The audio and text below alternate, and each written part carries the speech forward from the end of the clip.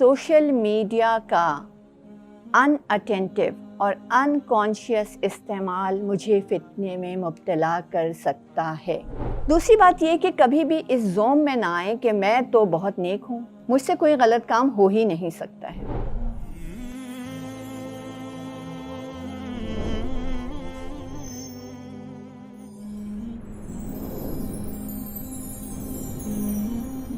होश व हवास के साथ जिएं, खुद को बचाने की पूरी कोशिश करें, क्योंकि ये प्लेटफॉर्म्स इसलिए नहीं हैं कि इन पे आप भटक जाएं और अपनी ज़िंदगी का जो सफ़र है उससे डिस्ट्रैक्ट हो जाएं, उसको भूल जाएं।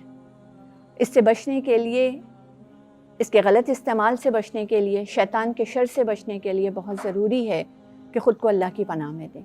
अपने लिए आफ़ियत की दुआ मांगें, ख़ुद को बचाने की पूरी कोशिश करें, कॉन्शियसली अपने लिए आफ़ियत की दुआ मांगें, दुनिया और आखिरत में अपने लिए इज़्ज़त मांगें और शैतान के शर से बचने के लिए जो दुआएं हमें बताई गई हैं और सिखाई गई हैं उन पे पाबंदी से अमल करें। और ये बहुत ज़रूरी है ताकि हम किसी ऐसे सिनेरियो से बच सकें कि जब इंसान यूं जीने और मरने वाली सिचुएशन में आ जाता है। ये आपने सब जो बताया वो उन लोगों के लिए है जो अभी तक इस से महफूज हैं, they can prevent themselves in future. What about those who have already committed or who are into this sin?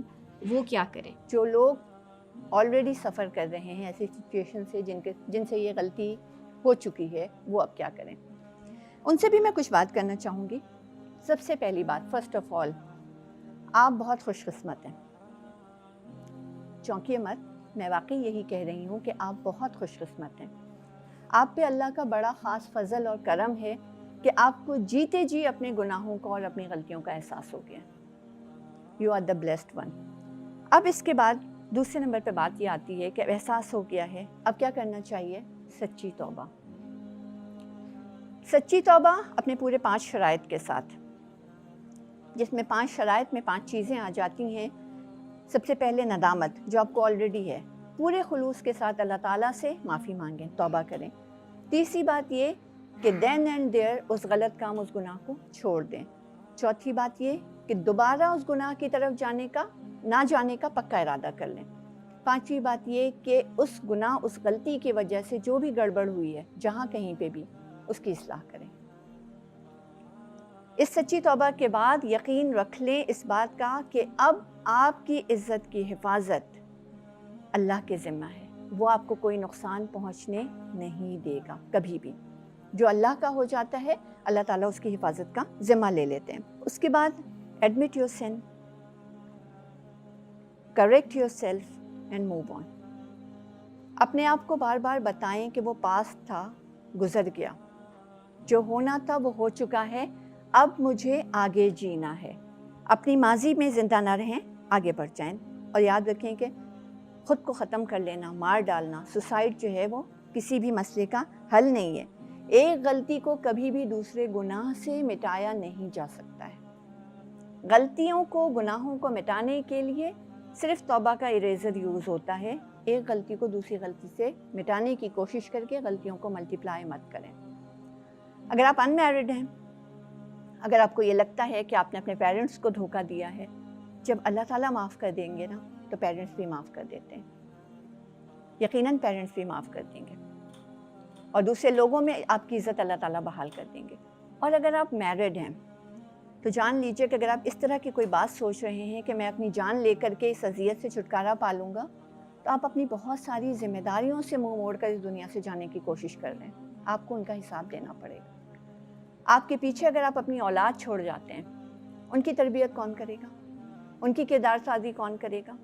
अगर आपकी बेटी है और आप इस तरह से इस दुनिया में छोड़ के चले जाते हैं, अल्लाह ना करे कि वो भी इन्हीं गुनाहों में मुब्तला हो गई। फिर अगर आपका कोई बेटा है और वो मुनासिब तरबियत ना मिल पाने की वजह से ऐसी ही गुनाहों में मुब्तला हो गया और दूसरों की बेटियों की इज़्ज़तों के साथ उसने खेलना शुरू कर दिया, तो लिहाजा कभी भी ये ना सोचें कि ज़िंदगी ले लूँगा, मर जाऊँगा, चला जाऊँगा या चली जाऊँगी इस दुनिया से तो मैं अज़ियत से निजात पा जाऊँगी। ऐसा कभी नहीं होता है।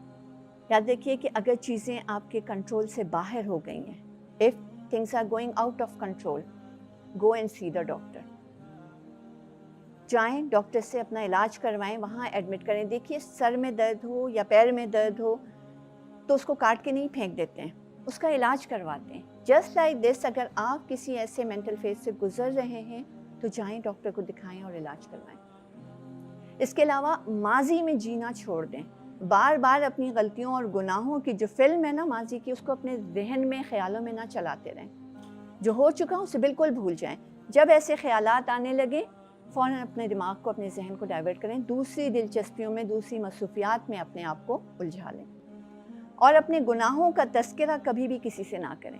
جس غلطی پہ اللہ نے پردہ ڈال کے رکھا ہوا ہے اس پردے کو کھولنے کی کوشش نہ کریں.